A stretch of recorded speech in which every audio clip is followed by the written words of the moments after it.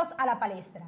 El día de hoy nos acompaña José Penso Arcieri, un barranquillero que se destaca a nivel internacional como consultor político. Además, es miembro fundador de la Junta Directiva de la Asociación Colombiana de Consultores Políticos. José, bienvenido a la palestra. Cuéntanos, ¿qué hace un consultor político? Bueno, Stephanie, primero que todo, muchas gracias por la invitación a tu programa, muy honrado de estar acá. Y efectivamente, un consultor político es un profesional que se dedica a asesorar a políticos, obviamente, y a entidades públicas en el tema de estrategia. Nosotros, más que todo, trabajamos el área de comunicaciones y sobre todo cuando tiene que ver con campañas electorales. La profesión de la consultoría política, si bien no es nueva, pues ha tenido últimamente una relevancia muy importante a raíz de todos los sucesos que se vienen presentando en las campañas políticas, en el tema de tecnificación de las campañas, en el tema de las nuevas herramientas de comunicación, y cada vez más la estrategia va adquiriendo mucha más importancia y por tanto nuestro rol se hace mucho más preponderante. Tú lo has dicho, cada vez más el reto de los políticos o de quienes aspiran a ocupar un cargo de elección popular es ellos también saberse vender como un producto, porque al fin y al cabo se están vendiendo ante el pueblo, ante la ciudadanía, están vendiendo sus propuestas, sus ideologías, incluso también sus principios y sus valores. José, iniciemos, te lanzo a la palestra con el siguiente dato. Actualmente tenemos 25 aspirantes a la presidencia de la República por firmas y son 13 los partidos en Colombia que aspiran, desean y se están alineando para conquistar la silla en Palacio de Nariño en el 2018. ¿Cómo explicarías tú como analista, como asesor, como consultor político este fenómeno atípico?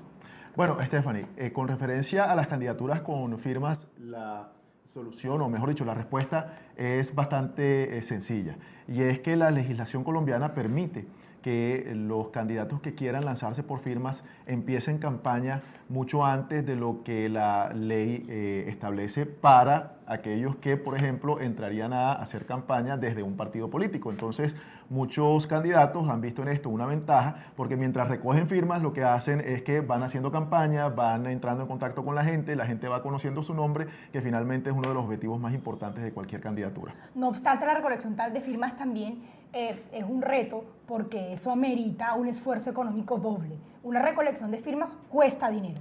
No obstante, digamos que esta abrumadora avalancha de candidaturas por firmas o de personalidades que se han querido desmarcar de los partidos políticos por el desprestigio que estos representan, han tenido un impacto poco positivo ante la ciudadanía, porque los ciudadanos no comen cuento.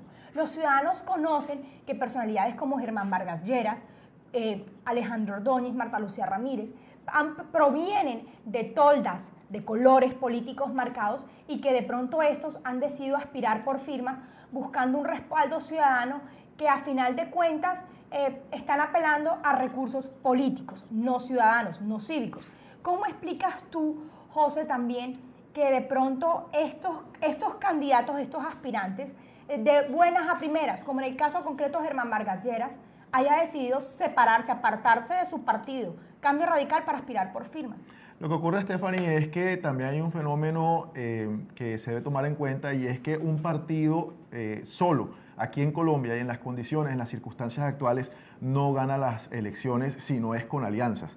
Y por supuesto lo que ocurre es que los candidatos están viendo no solamente las ventajas de salir a recoger firmas desde el punto de vista del conocimiento que puedan, como dije hace un rato, generar en la opinión pública de sus propuestas, de su imagen, etcétera, sino que además los hace mucho más inclusivos, porque entonces no solamente se limitan a trabajar desde un partido por un partido, sino que abren un poco sus candidaturas, o abren mucho sus candidaturas para que otros sectores políticos puedan llegar a ellas. ¿Y las coaliciones? ¿Serán que los partidos están predestinados a desaparecer? No, los partidos, Steffi, en realidad son una necesidad para cualquier democracia.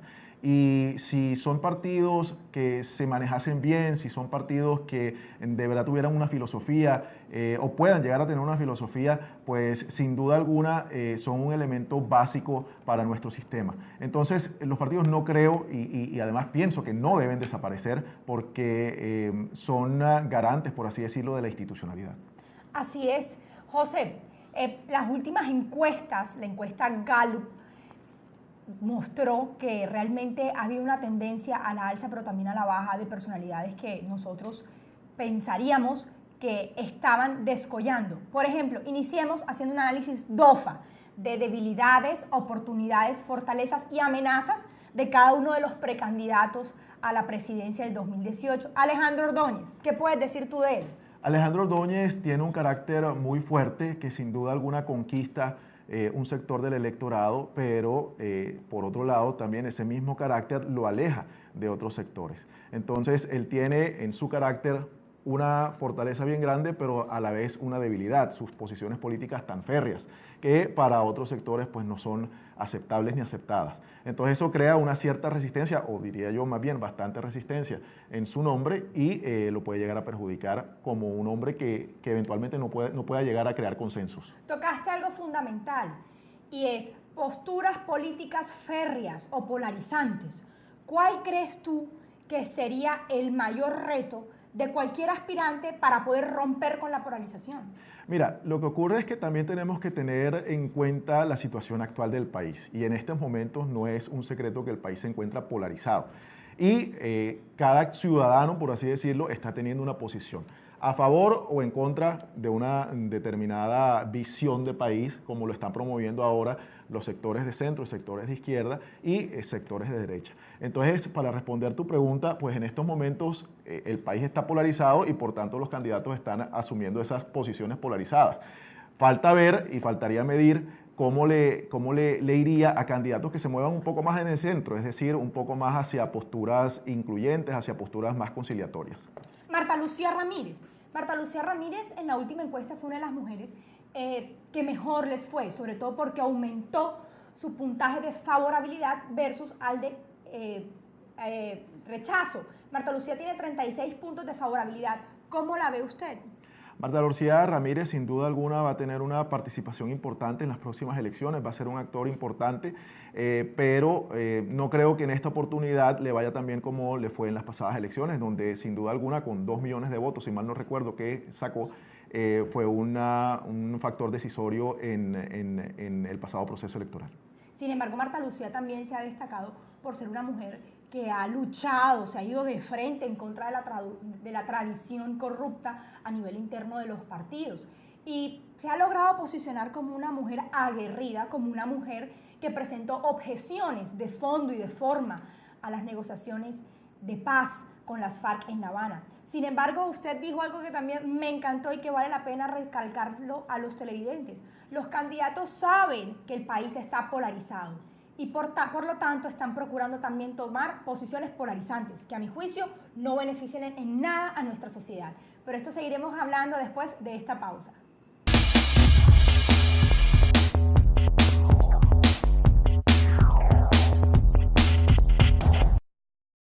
Continuamos en la palestra con el consultor político José Penso Arcieri. Estábamos haciendo un análisis de las debilidades, oportunidades, fortalezas y amenazas de quienes aspiran a ocupar la silla en Palacio de Nariño el próximo año. Llegamos a una conclusión y es que la polarización va a estar presente en el debate presidencial. José, te quiero preguntar lo siguiente. Teniendo en cuenta que 2 serán los elementos presentes en el debate, la corrupción y la paz, ¿qué será lo que determinará definiendo el debate? Stephanie, tú bien lo has dicho. Hay 2 temas sobre la mesa, la corrupción, la paz. Son 2 temas que las 2 posiciones políticas, por así decirlo, por generalizar un poco, que existen en el país, están esgrimiendo.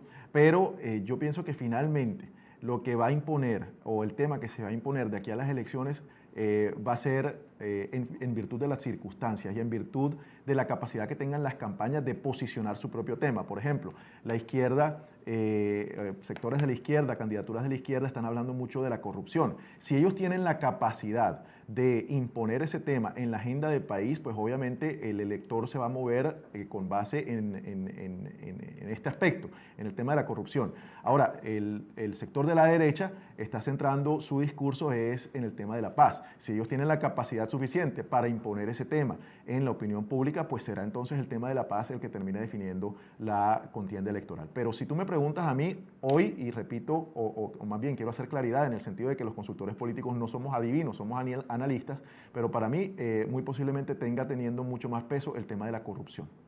Totalmente de acuerdo, me identifico, porque la paz en sí es una palabra que está muy desgastada. Aparte también ha sido una propuesta que ha traicionado las ilusiones de millones de colombianos. Ahora los que defendieron en su momento el sí, sacaron una campaña de yo dije sí, pero tampoco así. Y quiero continuar con este personaje que fue uno de los que lideró juntamente con su partido el apoyo y el respaldo del proceso de paz de La Habana y que sin embargo hoy decide apartarse. Germán Vargas Lleras. Parece ser que su incoherencia le está pasando factura, tanto así porque cayó su imagen casi en 50 puntos. Actualmente se encuentra tan solo con el 28% de favorabilidad, teniendo un 60% en su contra.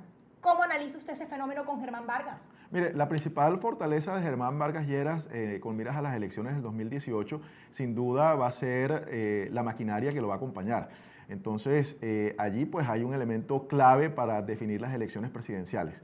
El otro tema es que ciertamente su imagen va a verse muy golpeada, no solamente por sus propias acciones, sino porque además las campañas contrarias se van a encargar de maximizar esas debilidades que él tiene en cuanto a su carácter. Entonces, en la medida que las otras campañas, repitiendo un poco lo que dije en la respuesta anterior, en la medida que las otras campañas tengan la sabiduría de mostrar las debilidades de este candidato en particular, pues muy probablemente lo van a golpear bastante duro. Y en la medida que su propia campaña tenga la sabiduría de más bien hacer eso una fortaleza, pues él va a poder resistir esos ataques. Aunque a mi juicio Germán Vargas no necesita de quien le haga una campaña en contra. Él mismo se está desprestigiando. Incluso decidió traerse unos colegas suyos de los Estados Unidos, quienes fueron los que le sugirieron desenmarcarse de su partido político, lo cual a mi juicio es casi que imposible, y que no obstante o no conforme con eso tratara de arrebatarle el discurso coherente que ha mantenido el Partido Centro Democrático. Y hablando del Centro Democrático, su máximo referente, el expresidente Álvaro Uribe, actualmente en Colombia es la figura que posee o que goza de la mayor aceptación del pueblo colombiano, debido a que su discurso ha permanecido en el tiempo con una línea coherente de argumentación, de sustentación, con lo cual él ha arremetido en contra del proceso de paz con las FARC. ¿Cómo justifica usted que hoy por hoy muchos de los que se burlaban del presidente Uribe y su bancada, diciendo de que era un imposible de que Timochenko pudiera aspirar a la presidencia de la República, o que criminales de lesa humanidad pudieran aspirar a cargos de elección popular, hoy decidan pegársela a Uribe? Mire, Stephanie, el caso del presidente Uribe es muy particular porque es un personaje público, no solamente que es admirado por, como todos lo sabemos, una gran porción de la población colombiana, pero también pues entra en el juego de la polarización, es decir, así como es admirado, también es rechazado por otra gran porción de la población colombiana. Pero si hay algo que destacar del presidente Uribe y su movimiento es que ellos tienen un gran manejo de las comunicaciones. Y en ese orden de ideas están haciendo la tarea. Es decir, ellos están haciendo la tarea como oposición, están señalando los errores de Santos. Sabemos que Santos no es el presidente que mejor comunica, él mismo lo ha aceptado y en este orden de ideas pues se está posicionando el Centro Democrático, el presidente Uribe, como una gran opción para el 2018 y yo creo que es lo que se está consolidando. ¿Cuál cree usted que sería la debilidad que pudiera tener el Centro Democrático? El Centro Democrático, a mi juicio, y lo digo desde una perspectiva o una opinión muy personal, puede caer en el error, más bien, y es una debilidad de aburrir un poco a la gente, al electorado, en la medida de que no se vean propuestas, sino que se vea solamente una actitud de queja. Esto no solamente para el Centro Democrático, incluso se está viendo en sectores de la izquierda, en donde se ven personajes como por ejemplo la señora Claudia López, en donde no hace una propuesta concreta, en donde no se atreve a decir o analizar las cosas mucho más allá de la queja, del reclamo, del señalamiento. Entonces el elector finalmente, que no es bobo, porque yo si algo tengo en alta estima es al elector colombiano, finalmente lo que termina pensando es, bueno, esta persona, esta señora, este señor, lo que se vuelven es pura queja y pueden terminar aburriendo a cierto sector de los electores. Ya analizamos tres referentes de la derecha colombiana, Alejandro Ordóñez, Germán Vargas y Uribe. Ahora vámonos con los ninis, que ni son de derecha y dicen que tampoco son de izquierda.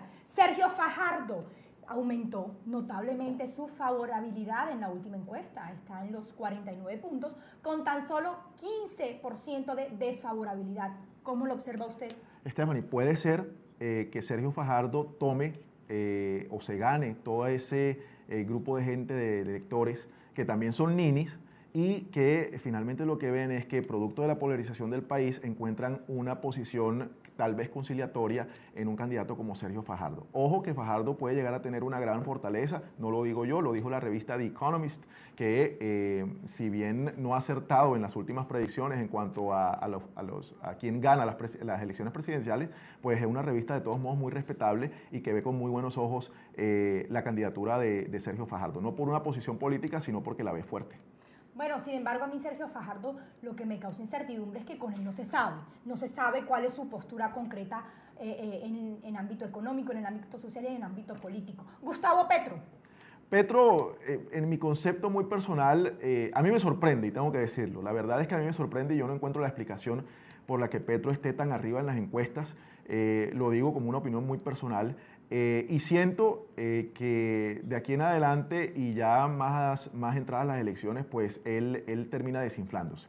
O sea, yo creo que no solamente por las condiciones políticas del país, sino además por el ataque que eventualmente va a sufrir Petro por parte de los otros sectores políticos, pues, y que van a señalar los errores que presuntamente cometió en la alcaldía de Bogotá, pues van a terminar debilitando su candidatura. Otro actor que va a ser determinante y protagónico en las próximas elecciones es el nuevo partido de las FARC. De ello hablaremos al regresar.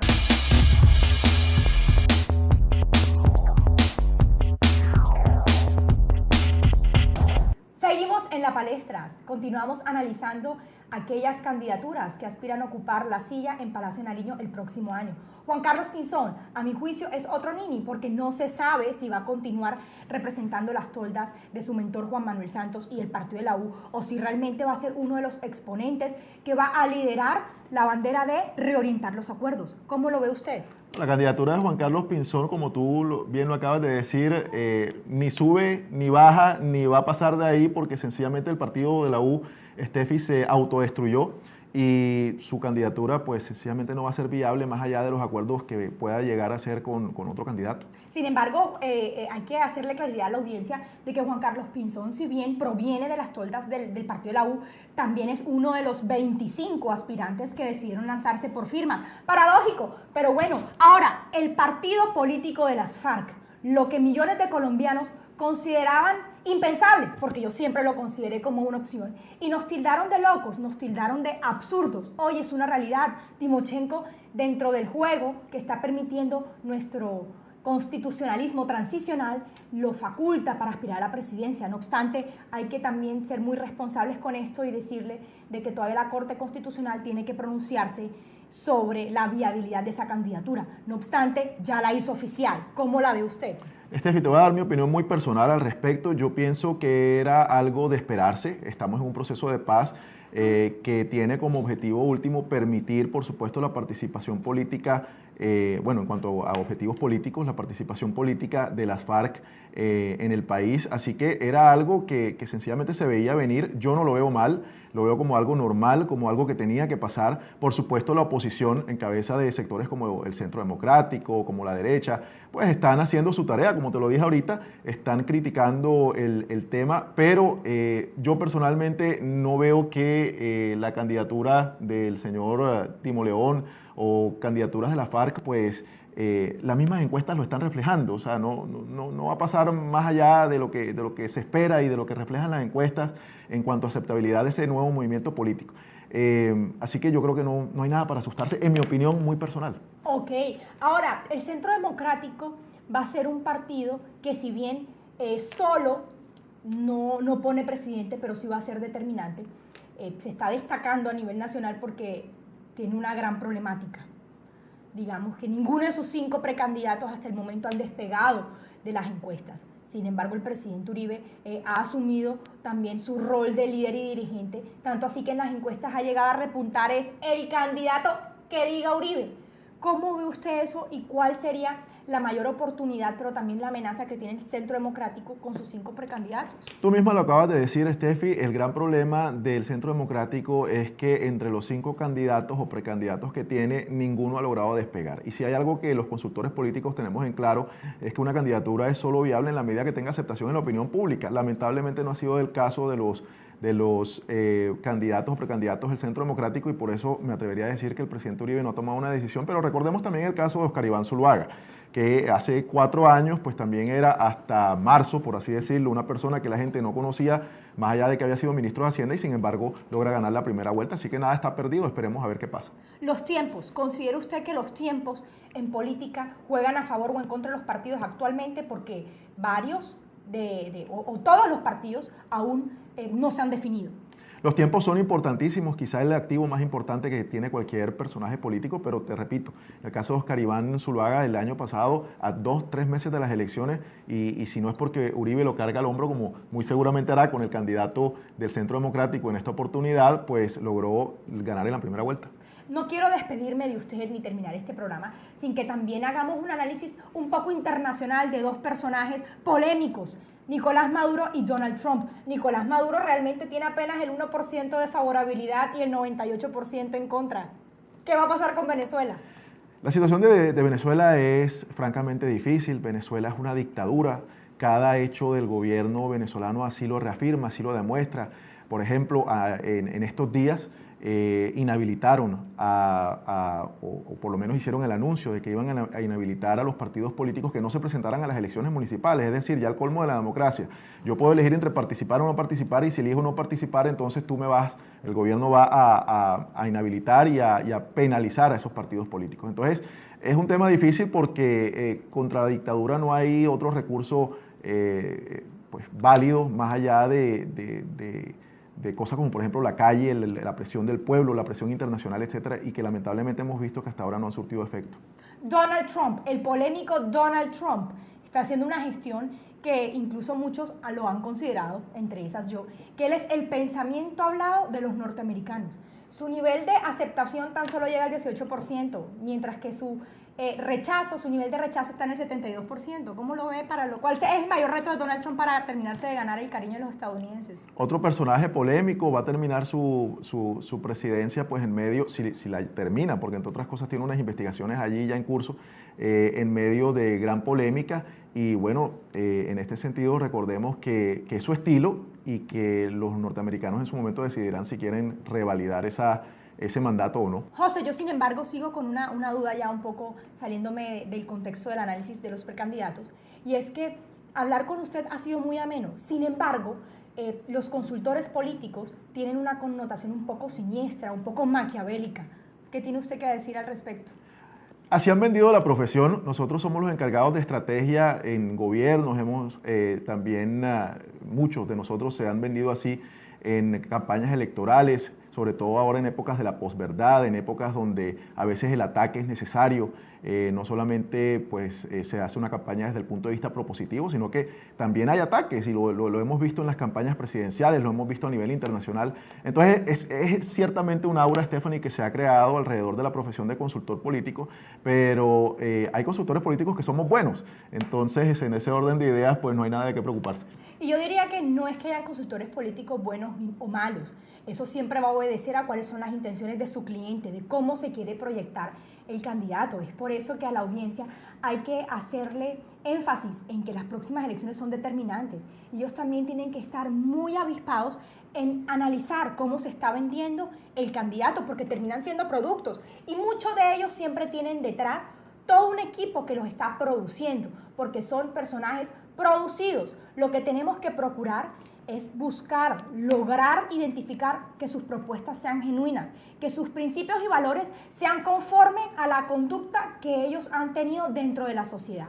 José, de verdad ha sido muy, muy productivo haber conversado contigo. Espero que nos sigas colaborando en la palestra para hacer todo este seguimiento y análisis de las próximas elecciones, que ya están, más que próximas, están a la vuelta de la esquina. Muchísimas gracias por habernos acompañado a este programa, y recuerden, la palestra es un espacio de análisis y opinión donde ustedes sacan la conclusión. Hasta la próxima.